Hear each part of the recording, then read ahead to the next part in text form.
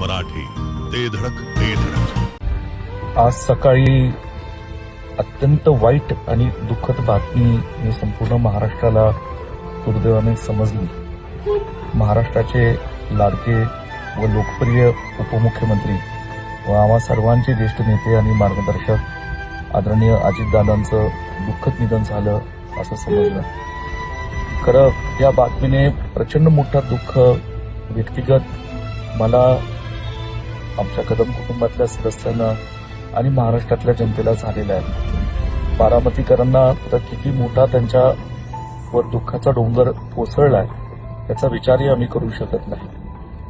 अजितदादांच्या जाण्याने एक खंबीर असं नेतृत्व, ज्यांनी गेले 35-36 वर्षांहून अधिक काळ महाराष्ट्रात त्यांच्या प्रशासकीय अभ्यासामुळे असेल किंवा त्यांच्या नेतृत्वामुळे जे काय महाराष्ट्राच्या राजकारणात त्यांनी त्यांचं एक वलय निर्माण केलेलं होतं, अशी व्यक्तिमत्व आज आमच्यातनं गेलेलं आहे।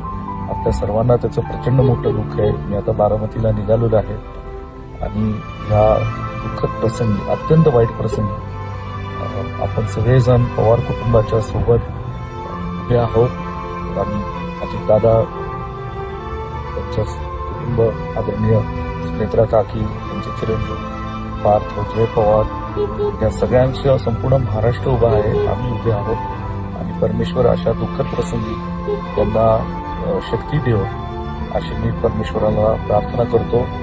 आणि कदम कुटुंब, भारतीय विद्यापीठ विश्वविद्यालय, डॉक्टर पतंगराव कदम सोनेरा सहकारी साखर कारखाना व माझा पलूस कडेगाव विधानसभा मतदारसंघ आणि सांगली जिल्ह्याच्या वतीने मी त्यांना नम्रपूर्वक भावपूर्ण श्रद्धांजली वाहतो।